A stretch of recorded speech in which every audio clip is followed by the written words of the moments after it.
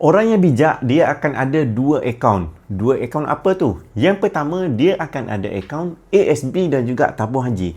Dekat situ, tempat untuk dia mengumpul duit supaya duit tersebut senang untuk dia tengok dan juga dia monitor. Tetapi orang yang lebih bijak, dia ada satu lagi akaun iaitu akaun emas, iaitu untuk menyimpan nilai kekayaan dia telah kumpul tadi. Sebab apa? Orang kaya tahu kalau dia simpan dalam tempoh jangka masa yang panjang, duit kertas sahaja, lama kelamaan nombor dan angkanya masih sama, tetapi kita kena ingat value-nya, nilainya akan semakin lama semakin merosot. Tengok sajalah sekarang ni kan, harga barang semakin lama semakin naik, duit juga semakin lama semakin merosot disebabkan oleh inflasi dan juga kejatuhan wang ringgit. Tetapi nilai dengan emas ini semakin lama akan semakin naik. Sebab itu, orang yang kaya, dia tak panik ketika inflasi ataupun ketika harga barang naik. Sebab apa?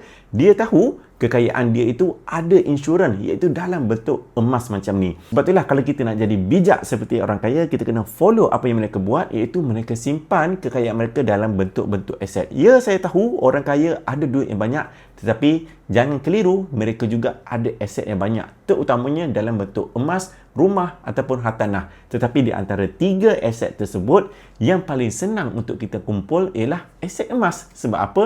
Kita boleh simpan sedikit demi sedikit, segram demi segram, sehinggalah dapat keluarkan 1 dinar macam ni, ataupun 5 dinar macam ni, ataupun apa-apa jenis jongkok emas ataupun gold bar yang anda mahu. 100 gram ke, 250 gram ke, 1 kilogram pun boleh juga. Macam mana caranya?